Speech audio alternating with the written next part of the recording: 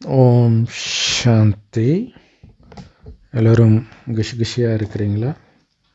2/12/2024 சாக்கார முரளி பாப்தாதா சொல்கிறாங்க, இனிமையான குழந்தைகளே, உங்களுடைய ஆத்ம ஜோதி அணையாமல் நீங்கள் தான் பார்த்துக்கணும். அதுக்கு தினமும் ஞானம் மற்றும் யோகம்ன்ற எண்ணெயை ஊற்றிக்கிட்டே இருக்கணும் எப்போவுமே. அப்போ தான் அந்த தீபம் எந்த புயல்னாலும் அணையாமல் இருக்கும்.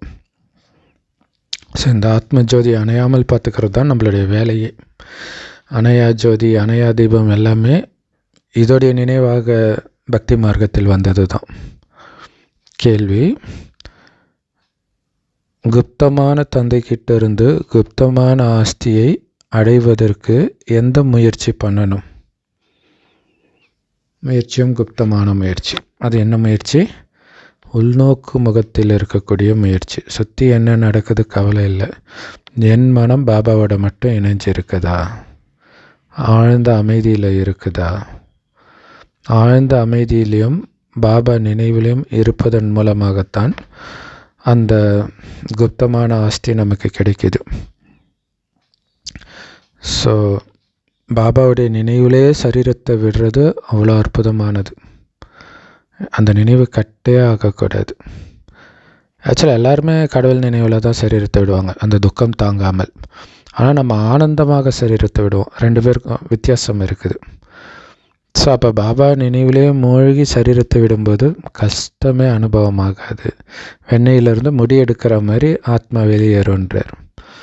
ஸோ நினைவோடு கூடவே இந்த ஞானத்தின் மூலமாகவும் யோகத்தின் மூலமாகவும் நீங்கள் சேவையும் பண்ணிக்கிட்டே இருக்கணும். மனசா சேவை, வாச்சா சேவை, அதாவது வார்த்தையின் மூலமாக சொல்கிற சேவை. ஸோ அப்படி உங்களால் இதை பண்ண முடியலன்னா கர்ம யோகா பண்ணுங்கள். காரியம் செஞ்சுக்கிட்டே பாபா கிட்ட புத்தி யோகத்தை இணைச்சிட்டுருங்க. பாபா ஆப்ஷனும் கொடுக்குறாரு பாருங்க. அப்படி முடியல, எனக்கு யோகா செய்கிறது எப்படி, மனசா சேவை எப்படி பண்ணுறது தெரியல, சரி காரியம் செஞ்சுக்கிட்டு நீ பாபாவை நினைவு பண்ணிக்கிட்டே இருன்றார். அப்போவே உங்களை சுற்றி அந்த வாயுமண்டலம் பரவும் தான், அது மனசா சேவை தான்.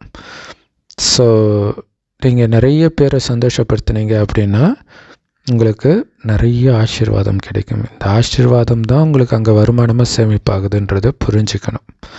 ஸோ உங்களுடைய வார்த்தைகளும் நடத்தைகளும் முற்றிலும் தூய்மையாக இருக்கணும்.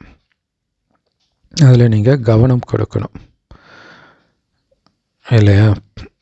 ஸோ ஏன்னா அந்தளவுக்கு தூய்மையான நடத்தை, தூய்மையான வார்த்தை வரும்பொழுது தான் எல்லாருடைய ஆசீர்வாதமும் கிடைக்கும். எல்லோருக்கும் உங்களை பிடிக்கும். அது ரொம்ப முக்கியம். எதிரிக்கும் நம்மை பிடிக்கணும், நம்மை இருக்கிறவங்களுக்கும் நம்மை பிடிக்கணும். அந்த மாதிரி நம்முடைய நடத்தை இருக்கணும். ஸோ அப்படி நம்ம ஒருத்தங்க எதிர்க்கிறாங்கன்னா ஒரு அற்புதமான வாய்ப்பு பாபாவை வெளிப்படுத்தி ஆசீர்வாதத்தை வாங்கிறதுக்கு. எப்படி? நம்ம நடத்தையின் மூலமாக வெளிப்படுத்தணும். பாடல்: இது பலவானுக்கும் பலகீனமானவனுக்கும் இடையிலான யுத்தம். ஸோ பலவான் அப்படிங்கிறது மாயா தான் இப்போதைக்கு. ஸோ நாம் பலகீனமாக இருக்கிறோம். பாபாவை நினைத்து பலவானாகி அவனோட யுத்தம் செய்து கடைசியில் ஜெயிச்சிடுறோம். ஓம் சாந்தி. இந்த மாதிரி பாடலை கேட்கும் பொழுது உங்களுக்குள்ள ஞானக்கடலை கடையணும். இது ஆக்சுவலாக ஒரு சினிமா பாட்டு. பலவானுக்கும் பலகீனவானுக்கும் ஒரு யுத்தன்றது ஹிந்தி படத்துடைய பாட்டு. ஸோ அதை வைத்து பாபா ஞானத்தை கொடுத்தார் அப்பெல்லாம். ஸோ இப்போயும் அந்த மாதிரி நிறைய பாடல்கள் இருக்க தான் செய்யுது இல்லையா? இப்போ உதாரணத்துக்கு கடவுளுக்கு எதிரான பாட்டு ஐஎம் சாரி ஐயப்பா, அதிலே பாபாவுடைய ஞானம் இருக்குது. தாடிக்காரம் பேத்தி காலம் மாறி போச்சு, ஸோ என் தாடியின் மரியாதையை காப்பாற்றுங்கன்னு பாபா சொல்லுவார் இல்லையா? நம்ம எல்லோருக்கும் தாத்தா அவர் தானே. அப்பா பிரம்ம பாபானா அவருக்கும் அப்பா நமக்கு தாத்தா. ஸோ அப்போ பெண்ணை அடக்கி வச்ச காலமெல்லாம் போச்சு. ஏன்னா பிரம்மகுமாரிகள் தான் இங்கே தலைமையிலே ஃபுல் அண்ட் ஃபுல் பெண்கள் இருக்கிற ஒரே இயக்கம் பிரம்மகுமாரிகள் இயக்கம் மட்டும்தான். ஸோ அப்போ அதை கேட்டாலும் நமக்கு இதுதான் தோணுது. ஸோ ஐஎம் சாரி ஐயப்பா, உள்ளே வந்தால் என்னப்பா அப்படின்றாங்க. வாங்க, பக்தராக வராதிங்க, ஐயப்பனாகவே மாறுறதுக்கு வாங்கன்னு நம்ம கூப்பிட்றோம். எவ்வளோ சூப்பராக இருக்குது இல்லையா? ஸோ வர வேண்டான்னு சொல்கிற கோயிலுக்குள்ளே போகிறதுக்கு சண்டை போட்டுன்னு இருக்காதிங்க, வாங்க ஒரிஜினல் கோயில் சொர்க்கத்துக்கே அப்படின்னு நாம் கூப்பிட்றோம். ஸோ அப்போ அது ஏதாவது கேட்டால் போய் நம்ம கேட்க போகிறதில்ல. இருந்தாலும் இப்போ நீங்கள் பஸ்லலாம் போகிறீங்க அப்படின்னா லவ் சாங்கை கூட நம்ம அப்படியே பாபா சாங்காக மாற்ற முடியும். ஒரு சில பாடல்களை, ஒரு சிலது ரொம்ப குப்பையாக இருக்கும், அதை கேட்காமல் இருக்கிறது நல்லது. அந்த மாதிரி பாட்டு போடுறேன், பெரும்பாலும் பாட்டு போடுற பஸ்ஸில் ஏறாமல் இருக்கிறது நல்லது. ஸோ யாராவது இறந்துட்டாங்க அப்படின்னா 12 நாளைக்கு அந்த ஆத்மாவுக்கு பக்கத்தில் லைட்டு ஏற்றி வைப்பாங்களாம். இது இந்தியா ஃபுல்லாக நடக்குதா? நான் தமிழ்நாட்டில் மட்டும்தான் பண்ணுறாங்கன்னு நினச்சேன். சூப்பர் இல்லை? இதை நம்ம ஜென்ரல் வீடியோ கூட போட்டிருக்கிறோம். ஸோ நீங்கள் சாகிறதுக்கு தான் ஏற்பாடு பண்ணிகிட்டு இருக்கிறீங்க. அதே மாதிரி உங்களுடைய தீபத்தை அணையாமல் வைக்கிறதுக்கும் முயற்சி பண்ணிகிட்டு இருக்கிறீங்க. ஒரே நேரத்தில் ரெண்டையும் நாம் தான் பண்ணிகிட்டு இருக்கிறோம் இல்லையா? அந்த ஆத்மா இறந்து போயிடுச்சு, அந்த ஆத்மா அந்த தீபத்தை வச்சு என்ன பண்ண போகுது? ஆனால் இதோடைய நினைவு. அப்போ பாபா குழந்தையாகி இறந்துட்டோம் எங்கே? கலியுகத்தை பொறுத்த வரைக்கும். இப்போ இந்த உடலை விட்டு போகணும், அப்போ தான் அவங்க மரணம்னு ஏற்றுக்குவாங்க. ஸோ அப்போ இந்த உடலை விட்டு வெளியேறும் வரைக்கும் ஆத்ம தீபம் அணையாமல் பார்த்துக்கணும். அதுக்கப்புறம் அது ஆத்மா உணர்விலேயே இருக்கும் அடுத்த 2500 வருஷத்துக்கு. ஸோ யார் மாலையில் மணியாக ஆகணும்னு இருக்குதோ அவங்க தான் இந்த முயற்சியை பண்ணுவாங்கன்ற. வெற்றி மாலையில் மணி ஆகிறவங்க பிரஜைகள் இந்த வெற்றி மாலையில் அவங்களுக்கு வேலை கிடையாது, அதில் மணியாக ஆக மாட்டாங்க. ஸோ நாம் வெற்றி மாலையில் மணி ஆகணும்னா நான் ஆத்மான்றது மைண்டுக்குள்ளே ஓடிக்கிட்டே இருக்கணும். நேற்று சொன்னார் இல்லையா, பிரம்மா பாபாவுடைய டைரி ஃபுல்லாக நான் ஆத்மா, யசோத ஆத்மா, இந்த குழந்தை ஆத்மா, அந்த குழந்தை ஆத்மா, எல்லாம் ஆத்மா ஆத்மா ஆத்மான்னு ஒரு டைரி ஃபுல்லாக அந்த பேசிக் பயிற்சி தான் பண்ணாருன்றாங்க. அது எவ்வளோ முக்கியமான விஷயம். ஸோ அந்த ஆத்மான்ற அந்த உணர்வு இருந்துக்கிட்டே இருக்கணும். யார் பேசினாலும் அந்த ஆத்மான்ற உணர்வு கட்டாகாமல் பார்த்துக்கணும். எந்த காரியம் பண்ணாலும் நான் ஆத்மான்ற உணர்வு கட்டாகாமல் பார்த்துக்கணும். இதில் தான் முயற்சி இருக்குது. ஸோ இந்த வெற்றி மாலையில் முன்னாடி போகணும், அதுக்கு முயற்சி பண்ணணும் இல்லையா? பாபாவுக்கு நெருக்கத்தில் கோர்க்கப்பட்ட மணியாக இருக்கணும். மாயான்ற பூனை நம்மளை எந்த பாவமும் செய்ய வச்சு இந்த ஆத்ம தீபத்தை அணைக்கல தானே அப்படின்னு ரொம்ப கவனமாக இருக்கணும் இல்லை? பாவம் ஆக்சுவலாக ஒரு சுவையான உணவை சாப்பிடும்போதே பாபா நினைவு கட்டாகும்போது அதுவே ஒரு விதத்தில் மாயாவாக தான் இருக்குது இல்லையா? அப்போ நம்ம பாபா நினைவில் கவனம் கொடுத்துக்கிட்டே இருக்கணும். அது ரொம்ப முக்கியமான விஷயம். ஸோ அதுக்கு ஞானத்தின் சக்தியும் தேவைப்படுது, யோகத்தின் சக்தியும் தேவைப்படுது இல்லையா? ஞானத்தையும் சிந்தனை பண்ணிக்கிட்டே இருக்கணும். பாபா அந்த ஞானத்தை சிந்தனை பண்ணுறதே ஒரு விதத்தில் யோகா தான். அடுத்தது பாபா நினைவிலும் இருக்கிறோம். பாபா கிட்டேருந்து அடைந்த பிராப்திகள், போக போகிற சொர்க்கத்தின் நினைவு, இது எல்லாமே யோகா தான். இந்த பலம் இருக்கணும். யோகத்தோடு சேர்த்து இந்த ஞானமும் கண்டிப்பாக நமக்கு தேவை. ஏன்னா ஞானத்தில் தான் எச்சரிக்கை கொடுக்கப்படுது. ஓம் நமச்சிவாய மந்திரம் 1,00,000 முறை சொன்னால் அது சொல்லிடலாம், ஈஸி. ஆனால் பாபா நினைவிலே இருக்கிறது இருக்குது பாருங்கள், டக்குன்னு மறக்கும். அதில் தான் கவனம் கொடுக்கணும். ஸோ உங்கள் தீபத்தை நீங்கள் தான் பார்த்துக்கணும். கடைசி வரை இந்த முயற்சி பண்ணிக்கிட்டே இருக்கணும் இல்லையா? எந்த நேரம் வேண்டுமானாலும் தீபத்தை அணைச்சிடும். இந்த போட்டுக்கிட்டு இருக்கும்போதே உங்களுடைய தீபம் அணையில் தானே, அது ஆடலை தானே இல்லையா? அணையிறதுக்கு முன்னாடி அந்த காற்றெல்லாம் அடிக்கும்போது ஒரு மாதிரி ஆடுமே, அப்படிலாம் ஆடாமல் இருக்குது தானே, அணையாமல் இருக்கிறது தானே அப்படின்னு செக் பண்ணிக்கிட்டே ஓடிட்டு இருக்கணும். செக் பண்ணி அதில் அந்த ஆத்ம தீபத்திலே கவனம் வைக்கிறது தான் ஓட்டப்பந்தயமே. ஸோ அதுக்கு என்ன பண்ணணும்? தினம் தினம் இந்த ஞான எண்ணெயையும் யோக எண்ணெயையும் ஊற்றிக்கொண்டே இருக்கணும். ஸோ யோகத்தின் பலம் இல்லை அப்படின்னா உங்களால் இந்த பந்தயத்தில் ஓட முடியாது, பின்தங்கிடுவீங்க. ஸ்கூலில் நிறைய பாடங்கள் இருக்கும். ஸோ ஒரு குறிப்பிட்ட பாடத்தில் ஒருவர் பலகீனமாக இருக்கிறார் அப்படின்னா அவர் அதில் அதிக முயற்சி பண்ணுவார். குறிப்பாக மேத்ஸில் நிறைய பேர் பலகீனமாக இருப்பாங்க, இல்லை ஏதோ ஒரு சப்ஜெக்டில், இல்லையா? இங்கேயும் அப்படித்தான். எதில் பலகீனமாக இருக்கிறீங்களோ அதில் ரொம்ப கவனம் கொடுக்கணுன்றார். இல்லை, இங்கே ரொம்ப கஷ்டமான சப்ஜெக்டே யோகம்தான். ஞானம் ஈஸி, புரிஞ்சிக்கிறோம். பட் அது ஞாபகம் வச்சுக்கிறது, அதுக்கு முயற்சி பண்ணணும். அதான் தாரணை பண்ணுறது. ஸோ ஸ்தூல சேவையும் நல்ல விஷயம்தான். ஏன்னா அதன் மூலமாக நிறைய பேரோட ஆசீர்வாதம் கிடைக்கிது. இல்லை, சென்டருக்குள்ளே போனோன்னே சொர்க்கத்துக்கு வந்த மாதிரி இருக்குது அப்படின்னா அந்த சென்டரை பராமரிக்கிறவங்களுக்கு அது ஆசீர்வாதம். சுத்தமாக பராமரிக்கிறது இதெல்லாம்.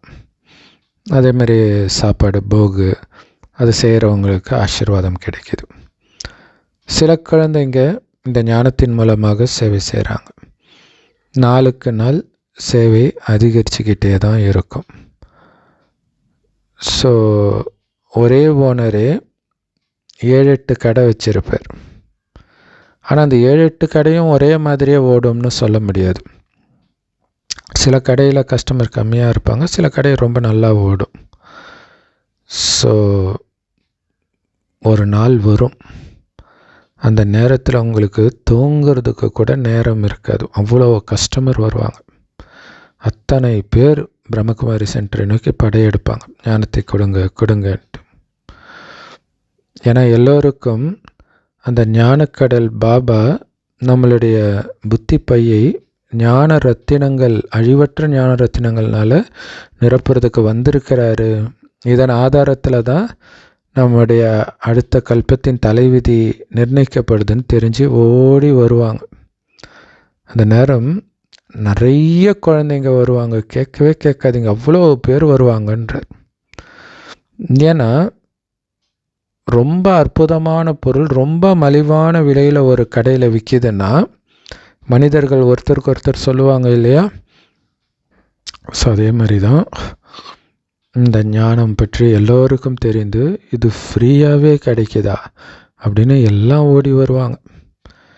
இந்த ராஜயோகத்தின் பாடங்கள் ரொம்ப ரொம்ப ஈஸி புரிஞ்சிக்கிறதுக்கு, ஒன்றும் கஷ்டம் கிடையாது.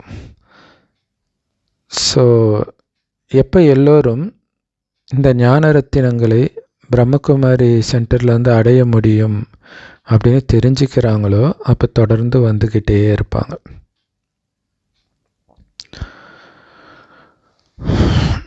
ஸோ அதனால் இந்த ஞானத்தின் மூலமாகவும் யோகத்தின் மூலமாகவும் இந்த சேவையை நீங்கள் தொடர்ந்து செஞ்சுக்கிட்டே இருக்கணும். ஒருவேளை ஞானம் புரியலை, என்னால் மற்றவர்களுக்கு புரிய வைக்க முடியல, அந்த அளவுக்கு யோக பலம் இல்லை மனசை சேவை பண்ணுறதுக்கு அப்படின்னு நீங்கள் நினச்சிங்கன்னா ஸ்தூல சேவை செய்து கூட நீங்கள் மார்க் அதிகரிச்சிக்க முடியும்ன்றார். ஆனால் மனதார செய்யணும், பணிவோடு செய்யணும், பாபா நினைவோடு செய்யணும். அதனால் பலரிடமிருந்து உங்களுக்கு ஆசீர்வாதம் கிடைக்கும். நீங்கள் மற்றவர்களுக்கு சந்தோஷத்தை கொடுக்கணும். சுகதேவன் நீங்கள் தான், அமைதி தேவனும் நீங்கள் தான். அப்போ அந்த மாதிரி நான் இருக்கிறேன், நான் பேருக்கு ஏற்ற மாதிரி அப்படின்னு புரிஞ்சுக்கோங்க. ஸோ ஒரு ஆத்மா பைபிள் வீடியோ போடும் பொழுது அவங்க ஹிந்துப்பில் இருக்குது, அவங்க போடுறாங்க, பிரதர் ஐயா உங்கள் பேர்லேயே முருகன் இருக்கார், மறந்துடாதீங்க. அதாவது அவங்களுக்கு என்ன பயம்னா, நான் கிருஷ்ணா மாறிட்டம் போல இருக்குது, அதனால தான் பைபிள் போடுறோம் போல இருக்குது அப்படின்ட்டு அவங்க போடுறாங்க. ஸோ அப்போ அந்த பேருக்கு ஏற்ற மாதிரி நடந்துக்கோங்கன்றாங்க இல்லையா? அதான் பாபா சொல்கிறார், உங்கள் பேர் சுகதேவன், சுகத்தை கொடுக்கணும், சாந்தி தேவன், சாந்தி கொடுக்கணும் அமைதி தூதுவர்கள், அமைதி செய்தி கொடுக்கணும். இது சதா மனதில் இருக்கணும். இது விலை மதிப்பற்ற பொக்கிஷம், கஜானா, அழிவற்ற வைரங்களும் வைடூரியங்களும் இருக்கக்கூடிய சுரங்கம். இது ஞானத்தின் வடிவத்தில் இருக்குது. இப்போ இதுதான் பின்பு ஸ்தூல வைரமாக வைடூரியமாக உங்களுக்கு மாறி கிடைக்க போகுது. மனிதர்கள் அந்த 8 ரத்தினங்களின் மோதிரத்தை செய்து அல்லது மாலையை செய்து அதை வழிபடுறாங்க. ஆனால் அந்த மாலையில் இருக்கும் மணிகள் எதை குறிக்குதுன்னே அவங்களுக்கு தெரியாது. நாம் எப்படி பூஜைக்குரியவராக ஆகிறோம், பிறகு எப்படி நாமளே பூஜாரி ஆகிறோம் அப்படிங்கிறத நாம் தான் இப்போ புரிஞ்சுக்கிறோம். இந்த உலகத்தில் யாருக்குமே தெரியாத இந்த ஞானம் ரொம்ப ரொம்ப அற்புதமான ஞானம். அது நமக்கு மட்டுமே கிடைக்குது அப்படின்னா நம்ம எவ்வளோ பாக்கியசாலி. அதிர்ஷ்ட நட்சத்திரங்களாகிய உங்களுக்கு நாம் சொர்க்கத்தின் எஜமானராக இருந்தோன்ற நிச்சய புத்தி இருக்குது. ஆனால் சொர்க்கத்தின் எஜமானராக இருந்த நாமே இப்போ நரகத்தின் எஜமானராக ஆகிட்டோம். எப்போ நீங்கள் சொர்க்கத்தின் எஜமானராக ஆகுறீங்களோ அப்போ மறுஜன்மமும் அங்கே தான் எடுப்பீங்க. இப்போ மீண்டும் சொர்க்கத்தின் எஜமானர் ஆகிட்டு இருக்கிறீங்க.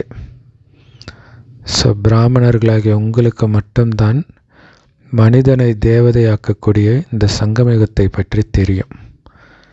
மற்ற எல்லோரும் கலியுகத்தில் தான் இருக்கிறாங்க. ஒவ்வொரு யுகத்திற்கும் ஒரு குணாதிசயம் இருக்குது தானே. சத்தியுகத்தில் அவ்வளோ பரிசுத்தமாக இருப்பாங்க, கலியுகத்தில் அவ்வளோ அழுக்காக இருப்பாங்க. இப்போ சத்தியுகத்தை விட மிக உயர்ந்தவர்களாக பரிசுத்தமானவர்களாக ஆகிட்டு இருக்கிற யுகம் இது அப்படிங்கிறது சதா ஞாபகம் இருக்கணும். அதனால தான் வெறும் பிராமணன் சொல்லாமல் சங்கமயுக பிராமணன் ஞாபகம் வச்சுக்கோங்க. உயர்ந்ததிலும் உயர்ந்த யுகம், உயர்ந்தவர்களாக ஆக்கிட்டு இருக்கிற புருஷோத்தம சங்கமயுகம்னே பாபா சொல்லுவார். புருஷோத்தமராக ஆகிட்டு இருக்கிற யுகம். நீங்கள் தங்க யுகத்தில் இருக்கும் பொழுது தங்க யுகத்தில் தான் உங்கள் மறுஜன்மம் ஏற்படும். இப்போ சங்கம யுகத்தில் இருக்கிறீங்க. இப்போ நீங்கள் சரீரத்தை விடுறீங்க அப்படின்னா உங்களுடைய சமஸ்காரத்திற்கு ஏற்ப இங்கே பிறவி எடுப்பீங்க இல்லையா? சங்கமயுகத்திலே பிறவி எடுப்பீங்க. பாபா குழந்தைங்க வீட்டிலே பிறவி எடுப்பீங்க. ஸோ பிராமணர்கள் சங்கமயுகத்தை சார்ந்தவர்கள், சூத்திரர்களோ கலியுகத்தை சார்ந்தவர்கள். சங்கமயுகத்தில் தான் கடவுள்கிட்டே நேரடியாக நம்ம ஞானத்தை அடையிறோம். பிரம்மகுமார் குமாரிகளைத்தான் ஞான கங்கைகள் அப்படின்னு சொல்லப்படுது. ஸோ இந்த சங்கம யுகத்தில் பிரத்யக்ஷமாக இருக்கக்கூடிய ஞான கங்கைகள் பிரம்மகுமார் குமாரிகளாகிய நாம தான். ஸோ நம்ம போட்டி போட்டு இந்த கடையை நடத்துகிறோம், ஒவ்வொரு சென்டரையும் பார்த்துக்கிறோம். ஆனால் இந்த ஞானத்தையும் யோகத்தையும் நீங்களே தாரணை பண்ணலைன்னா உங்களால் கடையை பார்த்துக்க முடியாது. ஏன்னா இங்கே விற்கப்படுறதே ஞானமும் யோகமும் தான். ஸோ இந்த கடையெல்லாம் சொந்தக்காரர் யார்? பாபா. அப்போ கூலி யார் கொடுப்பா? எஜமானர் தான் கொடுப்பார். இப்போ நீங்கள் பண்ணுற சேவைக்கான பலனை பாபா கொடுப்பார். ஒரு யஜ்யம் உருவாக்கப்படுது அப்படின்னா பலவிதமான பிராமணர்கள் அங்கே போவாங்க. சிலருக்கு அதிகமான தானம் கொடுக்கப்படும், சிலருக்கு கம்மியாக கொடுக்கப்படும். ஸோ அதே மாதிரி தான் இந்த ருத்ரஞான யஜ்யத்தை பரமபிதா பரமாத்மாவே உருவாக்குறார். இது ருத்ர ஞான யஜ்யம். ஸோ அதை பார்த்துக்கிற பிராமணர்கள் நாம்.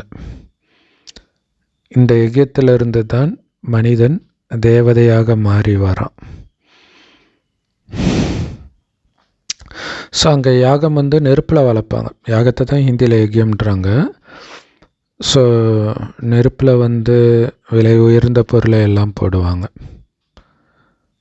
காசெல்லாம் கூட போடுவாங்க. இதை கொடுத்தா நிறைய காசு வரும் அப்படின்ட்டு.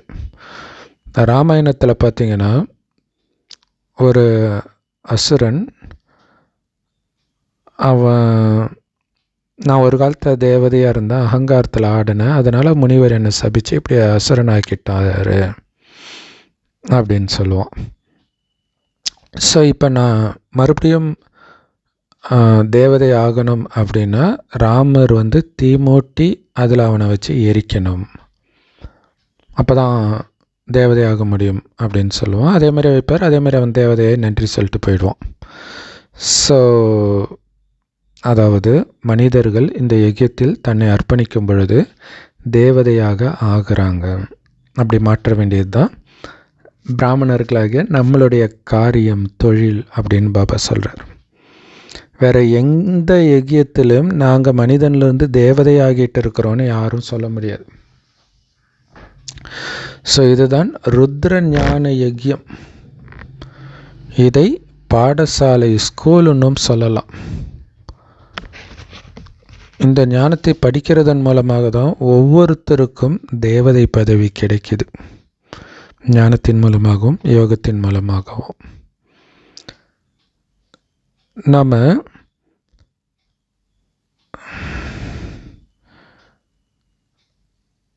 பரந்தாமத்திலிருந்து தான் இங்கே வந்திருக்கிறோம், பாபா கிட்டேருந்து இந்த பூமிக்கு வந்திருக்கிறோன்னு பாபா ஞாபகப்படுத்துகிறார். ஸோ அதனால் நம்முடைய வாசஸ்தலம் உண்மையிலே அந்த பரந்தாமம் தான். பரலோகத்தில் இருக்கும் பரமபிதாவேன்றாங்க, உண்மையிலே அந்த பரலோகத்தில் தான் ஆத்மாக்களும் இருந்தோம். இப்போ நாம் பாபாவுடைய கட்டளைப்படி அந்த சொர்க்கத்தை ஸ்தாபனை பண்ணுறோம். ஸோ யாரெல்லாம் சொர்க்கத்தை உருவாக்குறாங்களோ அவங்க கண்டிப்பாக அந்த சொர்க்கத்தின் எஜமானர்களாக மாறிடுவாங்க. இந்த உலகத்திலே மிக உயர்ந்த அதிர்ஷ்ட நட்சத்திரங்கள் நாம தான்.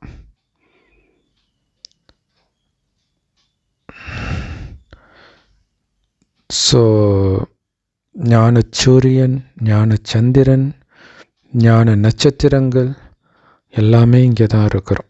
ஞான சூரியன் பாபா, ஞான சந்திரன் பிரம்ம பாபா, ஞான சூரியன் சிவபாபா, நம்ம எல்லாம் ஞான நட்சத்திரங்கள். ஞான கடல் சிவபாபாவே நம்மை இப்படி ஆக்குறார். மற்றபடி ஆகாயத்தில் இருக்கிற சூரியன், சந்திரன், நட்சத்திரங்கள்லாம் ஸ்தூலமான விஷயங்கள். அதோடு நம்மை ஒப்பிட்டு பாபா சொல்கிறாரு. ஆனால் பக்தியில் அது என்ன ஆயிடுச்சு, அதுவே தேவதைகள்னு நினச்சிக்கிறாங்க. நட்சத்திரங்கள் தேவதைகள், சூரியன் தேவதை, சந்திரன் தேவதை, அப்படி புரிஞ்சுக்கிறாங்க. நாம் பிறகு ஞான சூரியனாகவும் ஞான சந்திரனாகவும் ஞான நட்சத்திரங்களாகவும் மாறிட்டு இருக்கிறோம். இந்த ஞான கடல் சிவபாபா தான் நம்ம இப்படி மாத்துறார். ஸோ கண்டிப்பாக அந்த ஞானச்சூரியன், ஞானச்சந்திரன் பேரெல்லாம் நமக்கு தான் கொடுக்கப்படுது இல்லையா. சூரியனாக இருக்கிறவங்க ஞான சூரிய வம்சத்தில் வராங்க. ஞானச்சந்திரன் அப்படிங்கிறது சூரியன்கிட்டேருந்து ஒளி அடைகிறவங்க. ஸோ சந்திர வம்சம்னு கூட சொல்கிறாங்க. மற்றபடி எல்லாருமே ஞான நட்சத்திரங்கள் தான். நாம் ஞான சூரியனுடைய குழந்தைகள். அவரை ஞான கடல்னும் சொல்லலாம். அவர் இங்கே வசிக்கலை, அவருடைய இருப்பிடம் பரந்தாமத். பாபா சொல்கிறாரு, நான் அங்கேருந்து இங்கே உங்களை எனக்கு சமமாக ஆத்ம உணர்வுடையவராக, தூய்மையானவர்களாக, தெய்வீக குணம் நிரம்பியவர்களாக மாற்றுறேன். ஸோ அதனால் ஞானச்சூரியனாகவும் ஞான நட்சத்திரங்களாகவும் நீங்கள் இங்கேயே மாறணும். கண்டிப்பாக நாம் மீண்டும் சொர்க்கத்தின் எஜமானர் ஆவோம் அப்படின்னு நம்ம புரிஞ்சிட்டு இருக்கிறோம். ஸோ அதற்கு நம்மை இங்கேயே நம்ம தகுதிப்படுத்திக்கணும், அதுதான் முக்கியம். ஸோ எல்லாமே முயற்சியின் ஆதாரத்தில் தான் இருக்குது. நாம் தான் மாயையின் மீது வெற்றி அடையக்கூடிய வீரர்கள், போர் வீரர்கள். அந்த மனிதர்கள் மனதை கட்டுப்படுத்துறதுக்காக ரொம்ப கடினமாக உழைக்கிறாங்க. நாம் அந்த ஹடயோகம்லாம் பண்ண தேவையில்லை இல்லையா? போய் மண்ணுக்கு அடியில் தோண்டி உட்காந்துக்குவாங்க, தண்ணிக்குள்ளே போய் ஜலயோகம்ட்டு ஒன்று பண்ணிகிட்டு இருப்பாங்க, இமயமலை போன்ற குளிர் பிரதேசத்தில் போய் சட்டை இல்லாமல் உட்காந்துட்டு இருப்பாங்க. ஸோ மனதை கட்டுப்படுத்த என்னென்னமோ பண்ணுறாங்க. அதெல்லாம் நீங்கள் பண்ண தேவையில்லை. ஸோ நீங்கள் எந்த கஷ்டத்தையும் அனுபவிக்க வேண்டிய அவசியம் கிடையாது. ஆனந்தமாக யோகம் பண்ணுறோம். நான் சொல்கிறதெல்லாம் நீங்கள் என்கிட்ட வரணும், அதனால் என்னை நினைக்கணும். தெளிவாக லட்சியம் இருக்குது. அப்போ கடவுள்கிட்ட போகணுன்னா கடவுளை தானே நினைக்கணும். சும்மா இருந்தால் கடவுள்கிட்ட போயிட முடியுமா? அல்லது உங்கள் சுவாசத்தை கவனித்தா கடவுள்கிட்ட போயிட முடியுமா? ஸோ இது அவங்களுக்கு தெரியல. நான் குழந்தைகளாகிய உங்களை திரும்ப என் கூடவே வீட்டுக்கு அழைச்சிட்டு போகிறதுக்காக தான் வந்திருக்கிறேன். எந்த மனிதனும் இப்படி சொல்ல முடியாது. ஸோ சிலர் தங்களை ஈஸ்வரன் சொல்லிக்கிறாங்க, ஆனாலும் தன்னை வழிகாட்டின்னு சொல்லிக்க முடியாது இல்லையா? கடவுள்கிட்ட அழைச்சிட்டு போகிறேன், சொர்க்கத்துக்கு அழைச்சிட்டு போகிறேன்னு யாரும் சொல்ல முடியாது. பாபா சொல்கிறாரு, நான் தான் முக்கியமான வழிகாட்டி. நாம் அவர்கிட்ட இருந்து வழி கற்றுக்கிட்டு மற்றவங்களுக்கு வழிகாட்டுறோம். நான் காலனுக்கெல்லாம் காலன், மகா காலன். சத்யவான் சாவித்திரியோடைய கதை இருக்குது இல்லையா? ஸோ சத்யவான் சாவித்திரி கதையில் கணவன் மேலே அன்பு இருக்கும். கணவன் இறந்த பிறகு போய் யமனை துரத்திட்டு போய் உயிரை திரும்பி கொண்டு வந்தா அப்படின்னு சொல்கிறாங்க. ஸோ அது பதிவிரதைக்கு உரிய மகிமை இப்படியெல்லாம் சொல்கிறாங்க. ஆனால் அவள் அழியக்கூடிய மனிதன் மீது அன்பு வைத்த காரணத்தினால அவள் துக்கத்தை அனுபவிச்சா. ஆனால் ஆத்மாக்களாகிய நீங்கள், எல்லா ஆத்மாக்களாகிய நாம் வீட்டுக்கு போகிறோம், பிறகு ஒருபொழுதும் துக்கம் அடைய மாட்டோம் அப்படின்னு தெரிஞ்சுக்கிட்டு சந்தோஷம் அடையிறோம் இல்லை? இந்த நரகத்தில் இறந்து போனவனை மீண்டும் அழைச்சிட்டு வர்ற மாதிரி பெரிய கொடுமை தண்டனை எதுவும் கிடையாது இல்லையா? ஏன்னா நான் நிம்மதியாக போயிட்டு இருந்தவனை ஏன்டா பிடிச்சி விட்டுட்டு வந்தீங்கன்னு தானே கேட்போம். ஸோ இது பைபிளில் வரும் ஒரு இடத்துல இந்த மாதிரி. ஆனால் நம்ம துக்கம்னா என்னன்னே தெரியாத இடத்திற்கு போயிட்டு இருக்கிறோம் அப்படின்னு சந்தோஷம் வந்துடுச்சு. பாபா நம்மை நம்முடைய இனிமையான வீட்டுக்கு அழைச்சிட்டு போகிறதுக்காக வந்திருக்கிறார். ஸோ அந்த வீட்டை தான் முக்தி தாமம், சத்தத்தை கடந்த இடம், நிர்வாண தாமம் அப்படின்னு சொல்லுவோம். நிர்வாண தாமம்னா சத்தத்தை கடந்த இடம். நான் காலனுக்கெல்லாம் காலன், மகா காலன் அப்படின்னு சொல்லப்படுது. ஏன்னா அந்த யமன் அல்லது காலன் ஒரு உயிரை தான் எடுத்துகிட்டு போவான். ஆனால் நானும் மகா காலன் ஒட்டுமொத்தமாக எல்லா உயிரையும் கொசு கொட்டை மாதிரி அழைச்சிட்டு போகிறேன். 5000 வருடத்திற்கு முன்பு கூட நான் வழிகாட்டியாகி எல்லோரையும் வீட்டுக்கு அழைச்சிட்டு போனேன். ஸோ இந்த மணவாளன் அனைத்து மணமகள்களையும் வீட்டுக்கு அழைச்சிட்டு போகிறதுக்காக வந்திருக்கிறார். ஸோ அதுக்கு நீங்கள் அவர் நினைவிலேயே இருக்கணும். நினைவிலே இருந்தால் அவர் கூடவே நம்ம போயிடலாம். நாம் இப்போ படிச்சுட்டு இருக்கிறோம். பிறகு மீண்டும் இதே சங்கமயுகத்துக்கு 5000 வருடம் கழித்து வருவோம் அப்படின்னு நமக்கு தெரியும். ஸோ இப்போ படிக்கிறது எதுக்கு? வீட்டுக்கு போகிறதுக்கு. ஸோ முதல்ல வீட்டுக்கு போகணும், இனிமையான வீட்டுக்கு.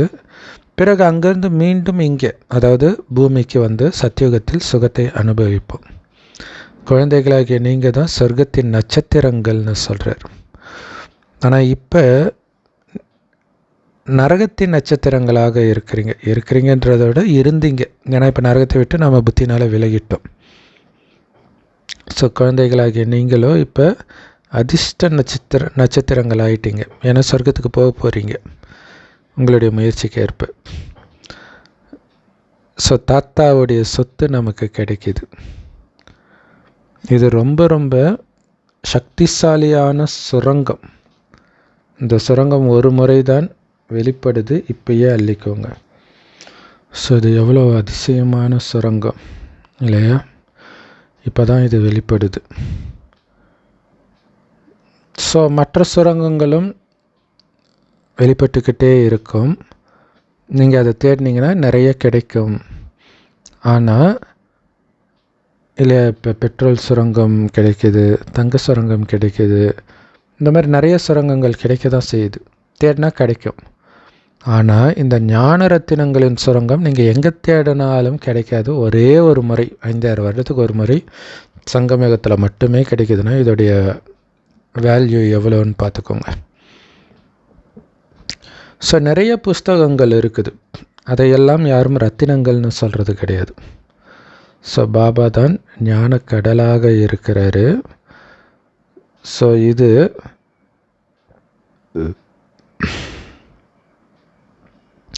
அழிவற்ற ஞான ரத்தினங்களின் சுரங்கம், அழிவற்ற ஞான ரத்தினங்களின் நிராகார சுரங்கம் பாபா. ஏன்னா பாபா கிட்ட இருந்து தான் இதெல்லாம் வெளிப்படுது.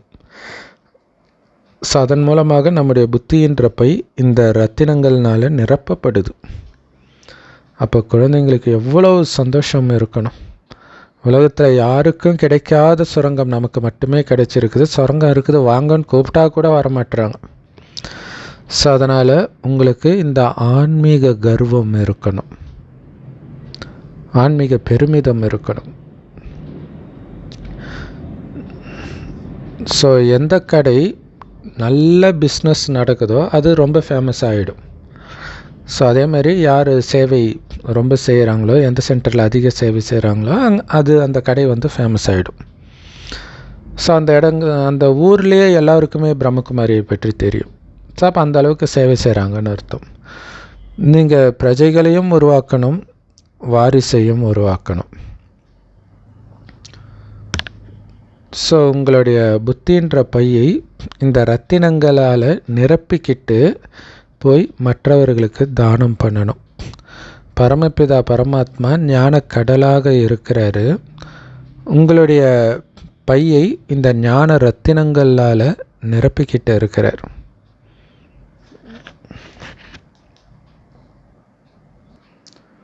ஸோ ஞான கடல் ஆகிய சிவபாபா தான் நமக்குள்ள ஞான ரத்தினங்களை நிரப்புறாரே தவிர அந்த ஸ்தூல கடல் ஒன்றும் புராணத்தில் காட்டின மாதிரி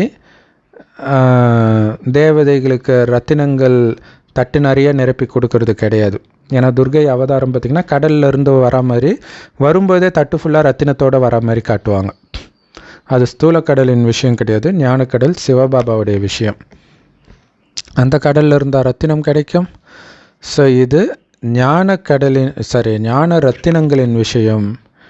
நாடகத்தின்படி மீண்டும் அடுத்த சங்கமயுகத்தில் இதே ரத்தினங்களை இதே சுரங்கமாகிய பாபா கிட்டேருந்து நீங்கள் எடுப்பீங்க. மீண்டும் நீங்கள் பக்தி மார்க்கத்துக்கு போகும் பொழுது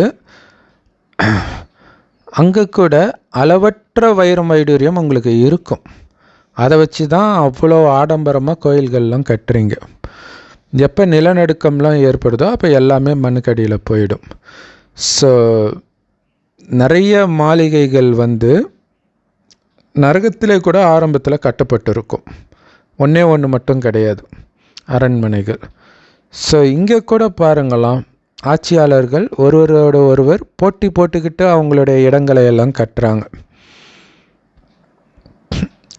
அதனால் குழந்தைங்க முந்தைய கல்பத்தில் எப்படி கட்டிடங்கள் கட்டப்பட்டதோ சொர்க்கத்தில் அதே மாதிரி கட்டப்படும் அப்படிங்கிறத புரிஞ்சுக்கிறோம். ஸோ அங்கே வந்து கட்டிடங்கள் ரொம்ப ஈஸியாக கட்டப்படும்ன்றார்.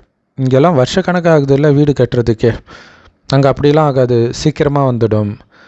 ஸோ அதுக்கு சயின்ஸ் ரொம்ப உதவி பண்ணும். ஆனால் அங்கே சயின்ஸுன்ற வார்த்தை இருக்காது. ஹிந்தியில் சயின்ஸை வந்து விஞ்ஞான் அப்படின்னு சொல்கிறாங்க, தமிழில் அதையே விஞ்ஞானம்னு சொல்லிட்டோம், அதுவே சயின்ஸ் தான். சரி, ஹிந்தி தான்.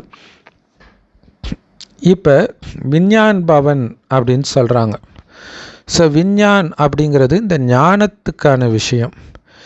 ஞானம் யோகம் ரெண்டுத்தையும் சேர்த்து தான் விஞ்ஞான் அப்படின்னு சொல்கிறாங்க. நாம் இந்த ஞானத்தின் மூலமாக தான் ரத்தினங்களை அடைகிறோம். யோகத்தின் மூலமாக சதாகாலமும் ஆரோக்கியமாக இருக்கிறோம். ஸோ இங்கே ஸ்தூல ரத்தினங்களை சொல்கிறார். இந்த ஞான ரத்தினங்கள் எந்த அளவுக்கு தாரணை பண்ணுறீங்களோ அந்த அளவுக்கு அங்கே ஸ்தூல ரத்தினங்களின் அதிபதியாக ஆவீங்க. பாருங்கள், கடைசி வரைக்கும் பாபா ரத்தின வியாபாரியாக தானே இருந்திருக்கிறார், வைர வியாபாரியாக.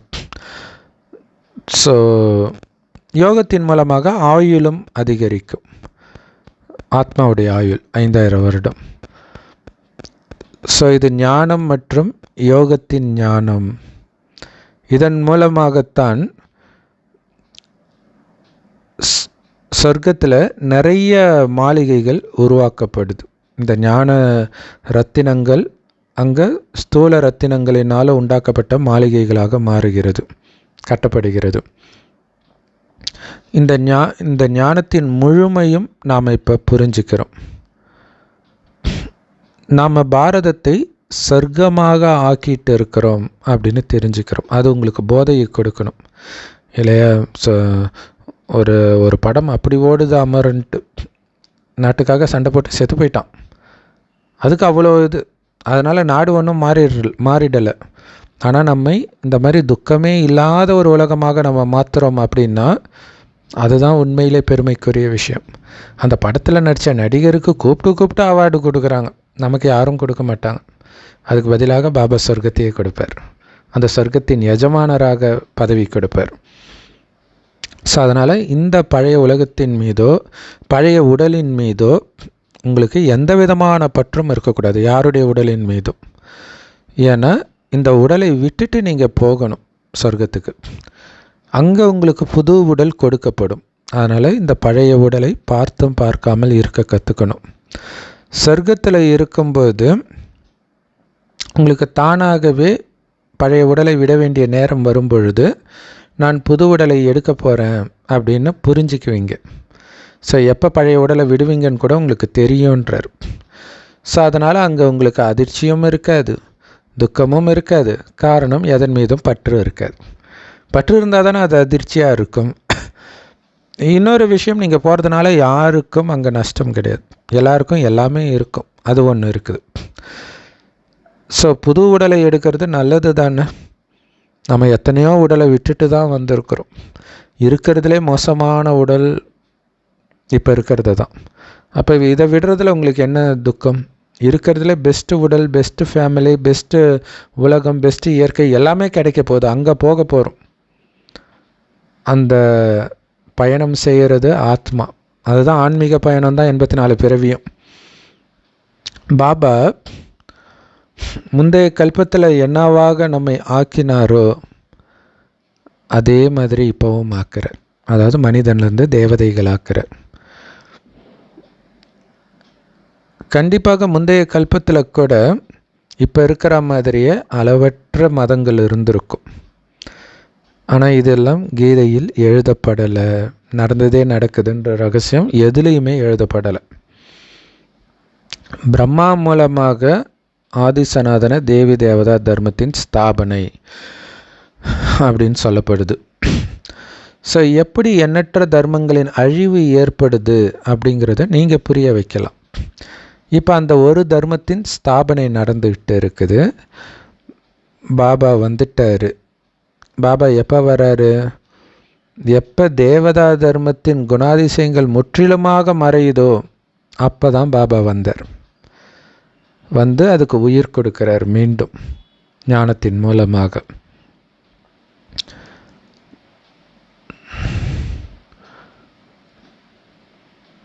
ஸோ ஆதிசனாதன தேவி தேவதா தர்மம் அப்படின்னு சொல்கிறாங்க இல்லையா? அது எப்படி எப்போவுமே இருக்கும்? சனாதனம்னா எப்போவுமே இருக்கும்னு அர்த்தம். அது எப்படி எப்போவுமே இருக்கும்னா இப்படித்தான். அது அழியிற நேரத்தில் கடவுள் வந்து மீண்டும் உயிர் கொடுக்கிறார். ஸோ அதுதான் உயிர்ப்பிப்பவன் அவனே அப்படின்ட்டு குரானில் இருக்கும். கூடவே மரணிக்க வைப்பதும் அவனேன்னு இருக்கும். ஒரு விதத்தில் அது ரைட்டு. பழைய உலகத்திலிருந்து மரணிக்க வைத்து புது உலகத்தில் உயிர்ப்பிக்க வைக்கிறார். அது குரான் எடுக்கும்போது ஞாபகம் வரல, இப்போ பாபா டச் பண்ணுறார். தேங்க்யூ பாபா. ஸோ இதெல்லாம் ரொம்ப ஈஸியான விஷயங்கள் புரிய வைக்கிறதுக்கு, புரிஞ்சுக்கிறதுக்கும். ஸோ எது அழிக்கப்படுது? அனைத்து தர்மங்களின் வழிமுறைகளும் எல்லாமே பக்தி மார்க்கங்கள் இல்லையா, எல்லா மதங்களும் அதெல்லாம் அழிக்கப்படுது. இப்போ எத்தனை தர்மங்கள் இருக்குது பாருங்கள். இப்போ முடிஞ்ச அளவுக்கு அவங்களே அழிச்சிக்குவாங்க போல இருக்குது, அப்படி இருக்குது. இப்போ இறுதி வந்துடுச்சு, எல்லாமே அழிஞ்சே ஆகணும். அதனால் இந்த முழு ஞானமும் உங்கள் புத்தியில் இருந்தால் தான் அதுக்கும் நமக்கும் சம்மந்தம் இல்லைன்னு அமைதியாக இருப்பீங்க. இல்லைனா எப்படா எங்கள் மதத்தை தப்பாக பேசலான்ட்டு நீங்களும் சண்டைக்கு போய் மாட்டிக்குவீங்க. அதான் பாபா சொல்கிறார், அதுக்கும் பக்தி மார்க்கத்துக்கும் உங்களுக்கு சம்மந்தமே கிடையாது, விலகி இருங்கன்று. நீங்கள் இந்து மதத்தில் பிறந்திருக்கலாம், கிறிஸ்தவ மதத்தில் பிறந்திருக்கலாம், முஸ்லீம் மதத்தில் பிறந்திருக்கலாம். பாபா ஞானம் காட்சோன்னே நீங்கள் பாபாவுடையவர், உங்களுடைய தர்மம் ஆதிசநாதன தேவி தேவதா தர்மம் அது இப்போ இல்லவே இல்லை. அதனால் அதை யாரும் நிந்தனை பண்ணவும் முடியாது. அதனால் அதை பற்றி நீங்கள் கவலைப்படவும் தேவையில்லை. ஸோ சிவபாபா மட்டும் நமக்கு புரிய வைக்கிறது கிடையாது, பிரம்மா பாபாவும் தான் புரிய வைக்கிறார். ஸோ அதனால தான் பிரம்மாவுடைய ஸ்ரீமத்தும் நினைவு செய்யப்படுது இல்லையா. பிரம்மாச்சாரி இல்லையா, பிரம்மச்சரியம் பிரம்மாச்சாரியம் அப்படின்னாங்க. ஸோ பிரம்மாவின் வழிமுறைகள். ஸ்ரீகிருஷ்ண ஸ்ரீமத்தை கொடுத்தாருன்னு சொல்ல மாட்டோம். சொர்க்கத்தில் எல்லோருமே ஸ்ரீயாக தான் இருப்பாங்க, அதாவது உயர்ந்தவர்களாக இருப்பாங்க. ஸ்ரீனா உயர்ந்தவர்கள். அதனால் அவர்களுக்கு இந்த உயர்ந்த வழி தேவை கிடையாது. ஏன்னா இந்த உயர்ந்த வழியை அதுக்கு முன்னாடி ஜென்மத்தில் அடைந்து தான் அவர்கள் உயர்ந்தவர்களாக ஆகிட்டாங்க. ஆன பிறகு இந்த வழி அவங்களுக்கு தேவையில்லை. ஸோ இந்த கீழான கலியுகத்தில் தான் நமக்கு இந்த உயர்ந்த வழி பிரம்மாவின் வழி கிடைக்கிது. அங்கே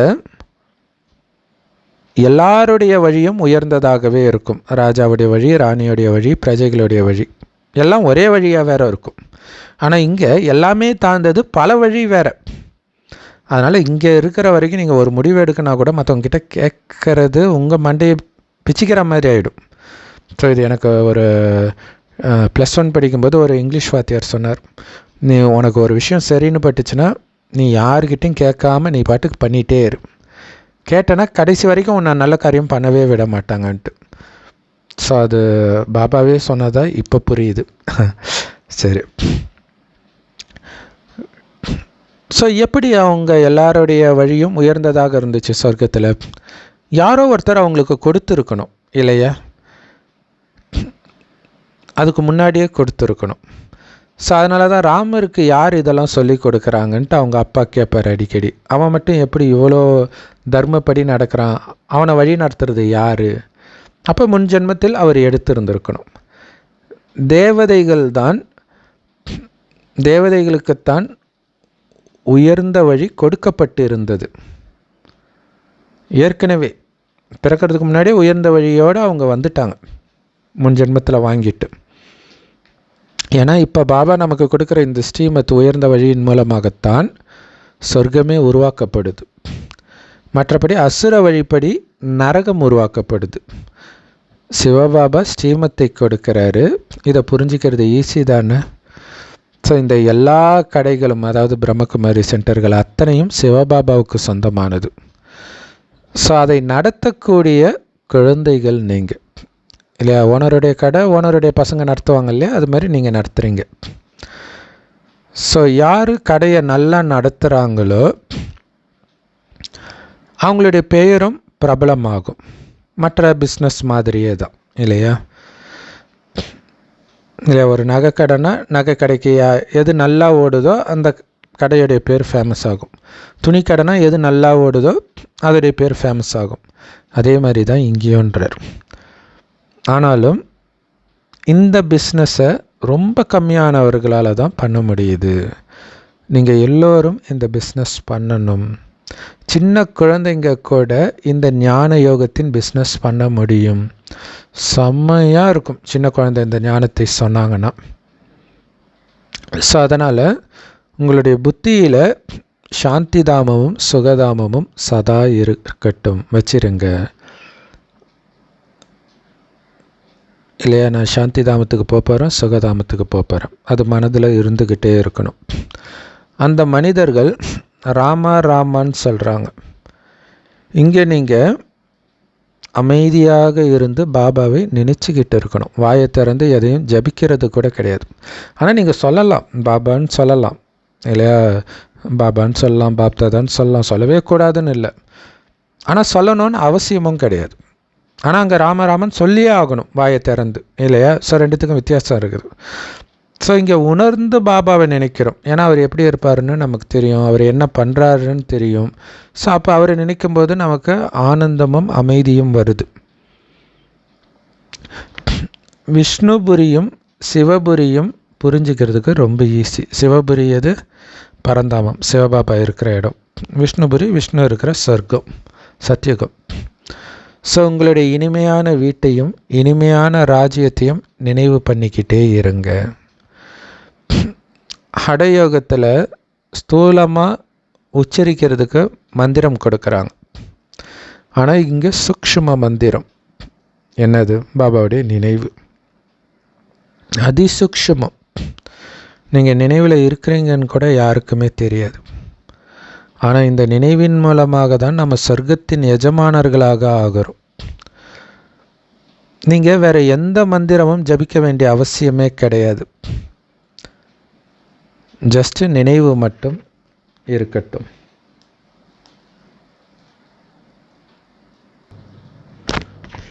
ஸோ நீங்கள் எந்த மந்திரத்தையும் ஓம் ஓம் நம சிவாய எதுவும் சொல்ல தேவையில்லை. ஜஸ்ட்டு பாபா நினைவு பண்ணிட்டு இருந்தால் போதும். ஸோ உள்நோக்கு முகமாக இருக்கணும். நான் ஆத்மா, அந்த ஆத்மாவிலே கவனம் இருந்துக்கிட்டே இருக்கணும். ஒளியாக இருந்து நான் பார்க்குறேன் அப்படிங்கிற அந்த பயிற்சி இருக்கணும். அமைதியாக இருக்கணும். அப்படி இருக்கிறதன் மூலமாக தான் குப்தமான தந்தைக்கிட்ட இருந்து குப்தமாக நம்ம முழு ஆஸ்தியும் அடையிறோம். ஸோ பாபாவுடைய நினைவில் இருந்தே உடலை விடுறது எவ்வளோ நல்ல விஷயம். இதில் எந்த கஷ்டமும் கிடையாது. ஸோ யார் நினைவிலே இருக்கிறது கிடையாதோ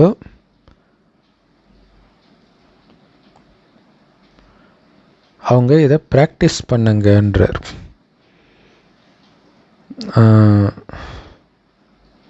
மற்றபடி நினைவில் இல்லாதவர்களுக்கு ஆனந்தமாக உடலை விட முடியாது. அதனால் எல்லோருக்கும் சொல்லுங்கள்,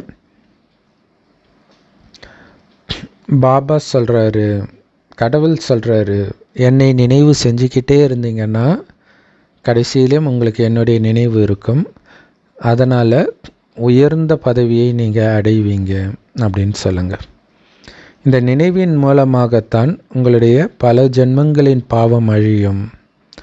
நான் உங்களை பிறகு சொர்க்கத்துக்கு அனுப்புவேன். பாவத்தோட சொர்க்கத்துக்கு போக முடியாது. அது மட்டும் இல்லை, உங்களுடைய புத்தியை இறைவனோடு இணைக்கிறது ஒன்றும் கஷ்டம் கிடையாது. ஒரு சின்ன புள்ளி தானே, ஈஸியாக இணைக்க முடியும். ஆனால் கஷ்டம் எது கொடுக்குது? மாயை கொடுக்குது. பலவிதமான கவர்ச்சிகள் உங்கள் புத்தியை, கவனத்தை ஈர்க்குது. ஸோ அப்படி எதுலேயும் புத்தி போயிடக்கூடாதுன்றதில் மட்டும் நீங்கள் கவனம் கொடுத்துக்கிட்டே இருந்தால் போதும். அந்த எச்சரிக்கை இருக்கணும்.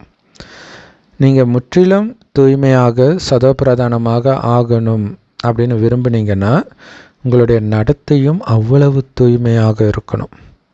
உங்களுடைய வார்த்தைகள், நீங்கள் சம்மந்தப்பட்ட எல்லாமே தூய்மையாக இருக்கணும். அப்போ தான் சம்பூர்ண தூய்மை சதோபிரதானமாக ஆக முடியுன்ற.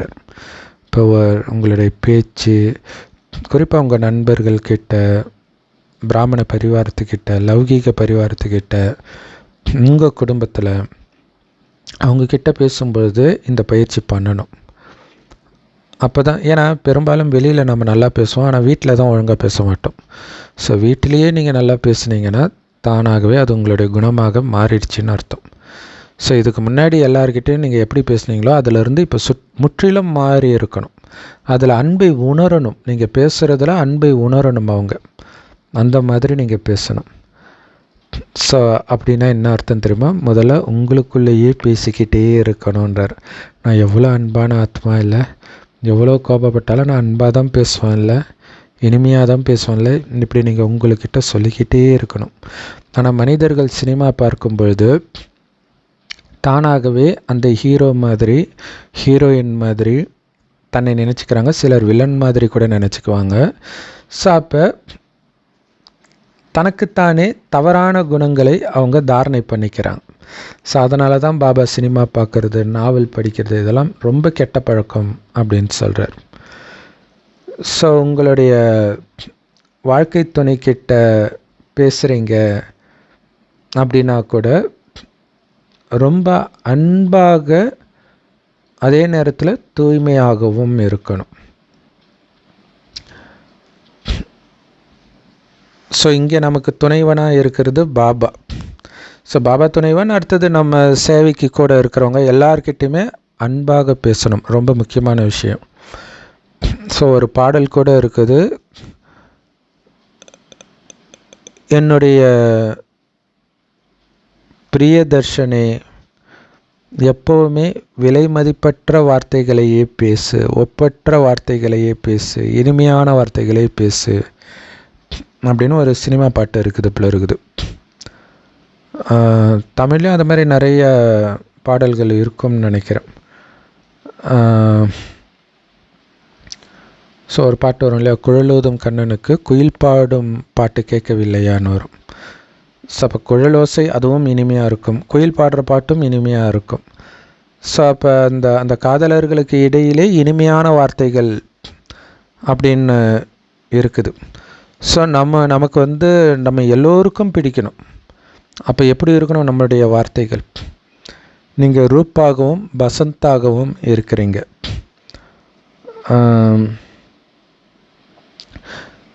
ரூப் அப்படின்றது யோகின்னும் பசந்த்ன்றது ஞானின்னும் சொல்லப்படுது. அதாவது ஞான ரத்தின மழை பொழியும் யோகியாக நீங்கள் இருக்கிறீங்க.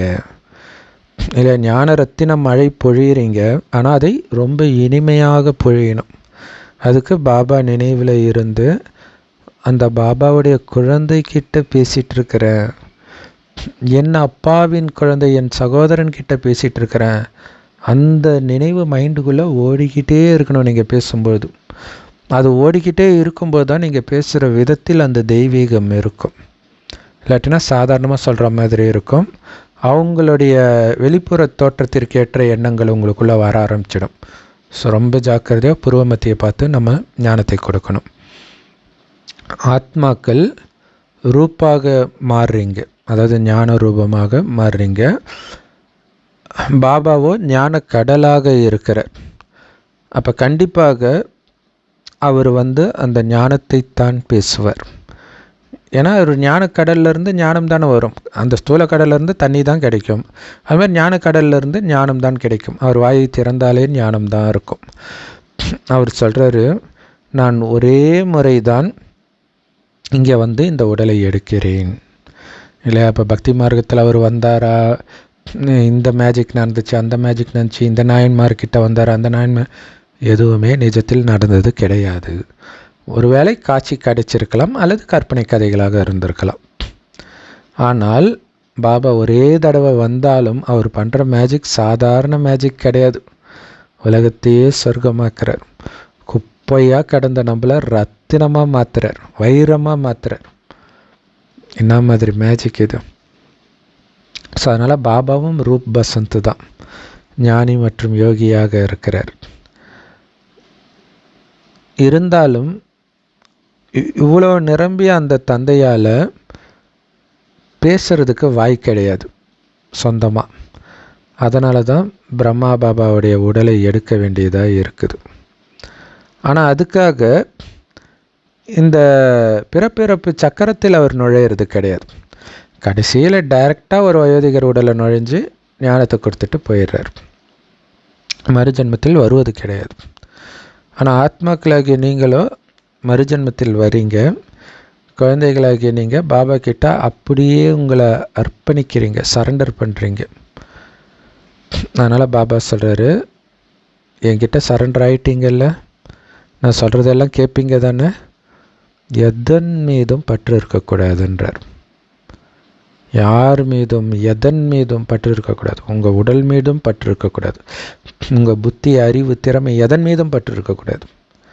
எதையுமே உங்களுடையதாகவே நினைக்காதீங்க. எல்லாமே எனக்கு பாபா கொடுத்துருக்கார், அவர்கிட்ட கொடுத்துருவேன், அவ்வளோதான். என் கடன் பணி செய்து கிடப்பதே அப்படிங்கிறது நமக்கு தான் பொருந்தும். ஸோ பற்றை விடுவதற்கு பாபா நிறைய புத்திசாலித்தனமான யுக்திகளை எல்லாம் உருவாக்கி கொடுத்துக்கிட்டே தான் இருக்கிறார். ஸோ அதனால் ஒவ்வொரு அடியிலும் பாபா கிட்ட கேட்கணும், பாபா இந்த பற்றை இருக்கிறதுக்கு என்ன பண்ணுறது, முடியலையா, யார் மேலே பற்று வச்சுருக்கீங்களோ அவங்களே 2 கோடு கொடுப்பாங்க. அதுக்கப்புறம் உங்களுக்கு வைராக்கியம் வந்துடும். ஸோ சம்மந்தமே இல்லாமல் அவங்க திட்டும் போதே நம்ம புரிஞ்சுக்கலாம் பாபா ஏதோ மேஜிக் பண்ணுறாரு அப்படின்ட்டு. நீங்கள் பாபா வழிபடி நடக்கும்போது எல்லாருக்கும் உங்களை பிடிக்கும். கொஞ்சம் பற்று வச்சிங்கன்னா, யார் மேலே பற்று வச்சிங்களோ அவங்களே ஆப்பு வைப்பாங்க. ஸோ அந்த ஆப்பு உங்களுக்கு துக்கமாக இருக்குதுல்ல, அது கூட ஏன் அனுபவிக்கணும்? அப்படியே பாபாவோடவே வாழுங்க, பாபா கூடவே பேசுங்க. அந்த ஸ்ரீமத்துன்ற கோடே என்னது?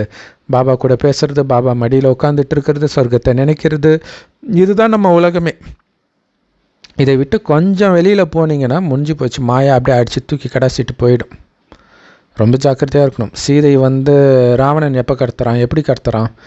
சிவனடியார் வேஷம் போட்டு வரான். யார் சிவனடியார்? சிவனுடைய ஞானத்தை பிச்சை கேட்டு வரவங்க, பாபா குழந்தைய ஆகிறவங்க இல்லை. நிறைய பேர் பார்த்திங்கன்னா ஞானத்தை கொடுக்குறவங்க கிட்டேயே விழுந்துருவாங்க. ஸோ அப்படி மயங்கி சீதை போயிடுறாங்க. ஸோ அந்த எச்சரிக்கை அதில் இருக்குது. ஸோ அப்போ என்ன பண்ணணும்? அந்த கோட்டுக்குள்ளேயே இருந்து பாபா போதையிலே மூழ்கி இருக்கணும். இதை நான் கொடுக்குறேன்ற உணர்வில் இருக்கணுமே தவிர அங்கே உங்களுடைய கவனம் போயிடக்கூடாது. போச்சுன்னா மாட்டிக்குவீங்க. ஸோ அதனால தான் பாபா சொல்கிறாரு, ஒவ்வொரு அடியிலும் நீ என்கிட்ட கேட்டு கேட்டு அடி எடுத்து வச்சேன்னா நீ பற்றில் சிக்க மாட்ட. ஆனால் உன் இஷ்டத்துக்கு அடி எடுத்து வைக்கும்போது மாயா ஒன்று ஏமாற்றிட்டு போயிடும். ஸோ மாயா எவ்வளோ மோசமானவானா, ஓங்கி ஒரு அரைஞ்சு மூக்கு உடச்சிடுவான். ஏன்னா இது முற்றிலும் ஒரு குத்துச்சண்டை தான். நிறைய பேர் இந்த மாதிரி அடி வாங்கி அப்புறம் ஏந்திரிச்சிடுறாங்க. மறுபடியும் அவங்க எழுதுறாங்க, பாபா மாயா என்னை அரைஞ்சிடுச்சு, பாபா என் மூஞ்ச கருப்பாக்கிடுச்சு பாப்பா. ஸோ மூஞ்ச கருப்பாக்கிடுச்சுனாலே என்ன அர்த்தம்? காமத்தில் விழுந்துட்டாங்கன்னு அர்த்தம். ஸோ பாபா சொல்கிறார், 4வது மாடியிலேருந்து விழுந்தா மாதிரி அது காமத்தில் விழுந்தா, கோபத்தில் விழுந்தா 3வது மாடியிலேருந்து விழுந்தா மாதிரி. ஸோ எதில் டேமேஜ் அதிகமாக இருக்கும்? ஸோ இதெல்லாம் நல்லா புரிஞ்சிக்கணும். சில குழந்தைங்க டேப் கேட்குறாங்க, பாபா உங்கள் வாய்ஸ்லேயே நாங்கள் முரளி கரெக்டாக நீங்கள் என்ன பேசுகிறீங்கன்னு நாங்கள் கேட்கணும் பாபா, ஆசையாக இருக்குது பாபா, அதனால் டேப் அனுப்புங்க பாபா அப்படின்னு கேட்குறாங்க. ஸோ அதுவும் பாபா ஏற்பாடு பண்ணுறாரு. ஸோ அதை கேட்கும்போது நிறைய பேருடைய புத்தி திறக்குது. அதனால் நிறைய பேருக்கு நன்மையும் கிடைக்கிது. ஒரு மனிதன் காலேஜ் திறக்கிறான் அப்படின்னா அவனுக்கு அடுத்த ஜென்மத்தில் ரொம்ப புத்திசாலியாக இருக்கிறான். பாபா சொல்கிறாரு, அந்த மாதிரி நீங்கள் ஒரு டேப் ரெக்கார்டர் வாங்கிட்டீங்கன்னா பாபா கேசட் அனுப்பிச்சிடுவார் இல்லையா? இப்போ டேப் ரெக்கார்டர் வாங்கி சென்டருக்கு கொடுத்துட்டிங்கன்னா நிறைய பேருக்கு அது நன்மை ஆகும் இல்லையா அப்படின்ட்டு அப்போ சொல்லியிருக்கார். இப்போ நிறைய வசதி வந்துடுச்சு, பாபாவும் வர்றதில்லை, இன்னொன்று யூடியூப்லேயே எல்லாமே இருக்குது. பட் அப்போ அந்த டைமுக்கு அதுவே எவ்வளோ பெரிய உதவியாக இருந்திருக்குது பாருங்கள். நல்லது. இனிமையிலும் இனிமையான காணாமல் போய் தேடி கண்டெடுக்கப்பட்ட செல்லமான குழந்தைங்களுக்கு பாப்தாதாவின் அன்பு நினைவுகள் மற்றும் காலை வணக்கம். நம்மளும் பாப்தாதாவுக்கு அன்பு நினைவுகள் மற்றும் காலை வணக்கம் சொல்கிறோம். சதோபிரதானம் ஆகணும் அப்படின்னா ரொம்ப எச்சரிக்கை இருக்கணும். நீங்கள் பேசுகிறது, நீங்கள் நடந்துக்கிற விதம், நீங்கள் சாப்பிட்றது, நீங்கள் குடிக்கிறது, உங்கள் வார்த்தைகள் எல்லாமே ரொம்ப ரொம்ப ரொம்ப ரொம்ப தூய்மையாக இருக்கணும். ஸோ பாபா மாதிரி நீங்களும் ரூப் பசந்தாக ஆகணும். அதாவது ஞானம் மற்றும் யோகத்தில் நிரம்பியவராக ஆகணும். 5000 வருடத்திற்கு ஒரு முறையே திறக்கிற சுரங்கம் இந்த பாபா. ஸோ அவர்கிட்ட இருந்து எவ்வளோ முடியுமோ அவ்வளோ ஞான ரத்தினங்களை நிரப்பிக்கோங்க. இந்த அளவற்ற சந்தோஷத்தில் மூழ்கி இந்த ஞான ரத்தினங்களை மற்றவர்களுக்கும் தானமாக கொடுங்க. ஸோ இதுதான் அகத்தியன் கடலையே குடித்தார் அப்படின்னு சொல்லுவாங்க. அதாவது இந்த ஞானக்கடல் ஃபுல்லாக குடிக்கிறதுனா என்ன அர்த்தம்? எல்லா ரத்தினங்களும் ஒன்று விடாமல், இந்த முரளி அவ்வித்த முரளி ஒன்று விடாமல் நம்ம குடிக்க குடிக்க அந்த ஆனந்தம். ஸோ அதில் நிறைய ரகசியம் இருக்கும்போது நிறைய நம்ம மற்றவர்களுக்கும் தானம் பண்ணிக்கிட்டே இருப்போம். செம பவர்ஃபுல் வார்தானம் ஸ்லோகன். பற்றை வெல்வதன் மூலமாக நினைவின் சொரூபமானவராகி துக்கம் அசாந்தியின் பேரடையாளத்தையும் முடித்து விடுங்கள். அதோடைய விளக்கம், யார் ஒரு பாபாவுடைய நினைவில் மட்டும் நிரந்தரமாக மூழ்கி இருக்கிறாங்களோ அவர்களுடைய மனநிலை நிரந்தரமாக ஒரே சீராக அமைதியாக ஆனந்தமாக இருக்கும். ஸோ அந்த மாதிரி ஒரே சீராக அமைதியான மனநிலை இருக்கிறது அப்படின்னா அனைத்து உறவுகளின் இனிமையை, அனைத்து பிராப்திகளை அந்த ஒருவரிடமிருந்து மட்டும் அனுபவம் செய்கிறதுன்னு அர்த்தம் இல்லையா? எல்லா உறவும் அவரே, அப்பா, அம்மா, கணவன், மனைவி. ஸோ ஒவ்வொரு உறவிலும் அவரோடு நீங்கள் பேசிக்கிட்டே இருக்கணும். ஏதாவது ஒரு உறவோடு அவர் கூட இருந்துக்கிட்டே இருக்கும் பொழுது உங்களுடைய மனநிலை ஒரே சீராக இருக்கும். எல்லா பிராப்தியும் அவர்கிட்ட இருந்தே நீங்கள் அடைவீங்க. அவர்கிட்ட சொல்லுவீங்க, டக்கு டக்குன்னு நடக்கிறத உங்களால் உணர முடியும். ஸோ அனைத்து உறவுகளையும் யார் ஒரு பாபாவோடு வைக்கிறார்களோ, அவருடைய நினைவின் சொரூபமாகவே ஆகிறாங்களோ, அவங்க ரொம்ப ஈஸியாக பற்றி அறுத்தெறிய முடியும். இல்லை, என் வாழ்க்கையே அவர் தானும்போது வேற மற்றவர்களெல்லாம் உங்களை விட்டு விலகி மற்றவர்களோடு இருக்கிற மாதிரியே உங்களுக்கு தெரியாது. ஏதோ ஒரு ஹாஸ்டலில் இருக்கிறேன், ஹாஸ்டலில் ஃப்ரெண்ட்ஸ் இருப்பாங்க, ஒருத்தருக்கு ஒருத்தர் ஹெல்ப் பண்ணுவாங்க, ஆனாலும் அவர்கள் மேலே பற்று இருக்காது. ஸோ அந்த மாதிரி தான் உங்கள் குடும்பத்தில் இருக்கிறவங்க மேலே பற்று இருக்காது. ஏன்னா எல்லா உறவும் பாபாவோடு நீங்கள் வைக்கிறீங்க. ஸோ அந்த மாதிரி யார் பற்றை அழித்தவர்களாக இருக்கிறாங்களோ அவர்களுக்கு காசு சம்பாதிக்கணுமேன்ற கவலையோ, இருக்கிற சொத்தையெல்லாம் பார்த்துக்கணுன்ற கவலையோ, யாருக்காவது உடம்பு சரியில்லாமல் போச்சேன்ற கவலையோ இருக்கவே இருக்காது. ஏன்னா யாரும் என்னுடையவர்களே கிடையாது. நான் எதுக்கு கவலைப்படணும்? சூப்பர் இல்லை? என்னுடையவர் ஒரு பாபா. ஸோ இருக்கும் வரை நான் என்னுடைய கடமை செய்ய போகிறேன். இல்லாதப்ப என்னால் எதுவும் பண்ணவும் முடியாது. நான் இன்னொரு நடிப்பை பார்க்க போயிட போகிறேன். இருக்கிற வரைக்கும் நான் கரெக்டாக பார்த்துக்கிறேன். மற்றபடி அதை பற்றி கவலை கிடையாது. ஏன்னா நடக்க இருப்பது நடந்தே தீரும்.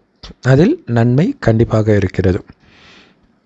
ஸோ அந்த மாதிரி பற்றை வென்றவர் அப்படின்னா என்ன அர்த்தம் அப்படின்னா, துக்கம் அசாந்தியோடைய பேரடையாளமே இல்லாதவர்னு அர்த்தம். பாருங்கள், பற்றை ஏன் வெளில சொல்கிறாரு? துக்கம் அசாந்தியே இல்லாதவராக உங்களை மாற்றுறதுக்காக, சதா கவலையற்ற மகாராஜாவாக ஆக்கிறதுக்காக. இல்லை, பற்று எங்கே இருக்குதோ அதன் மீது தான் உங்களுக்கு கவலை இருக்கும். பற்றே இல்லை அப்படின்னா கவலையே இருக்காது. அதான் நீங்கள் பார்ப்பீங்க, சம்பாதிப்பீங்க, அதெல்லாம் இருக்கும். ஐயோ விலைவாசி ஏறுதே, என்ன ஆகுமோ தெரியல, அந்த எந்த பயமும் இருக்காது. ஏன்னா படி அளக்கிறவர் பாபா, நாம் எதுக்கு கவலைப்படணும்? ஸோ அந்த மாதிரி இருக்கிறவங்க தான் பற்றை வென்றவர்கள். ஸோ அந்த பற்றை வெல்லணுன்னா ஒரு பாபாவுடைய நினைவிலேயே மூழ்கி இருக்கணும். மற்றதெல்லாம் பாபாவே நடத்துகிற மாதிரி இருக்கும். ஆச்சரியமாக இருக்கும். சேவை செய்கிறது கூட பாபா டைம் டேபிள் போட்டு அவர் அலர்ட் பண்ணி கொடுக்குற மாதிரிலாம் ஃபீல் ஆகும். ஏதோ பாபா நமக்கு பிஏவாக இருக்கிற மாதிரி அந்த சேவையிலே மூழ்கும்போது தெரியும் அந்த போதை. ஆச்சரியமாக இருக்கும். ஸ்லோகன், மன்னிக்கக்கூடிய மனிதன்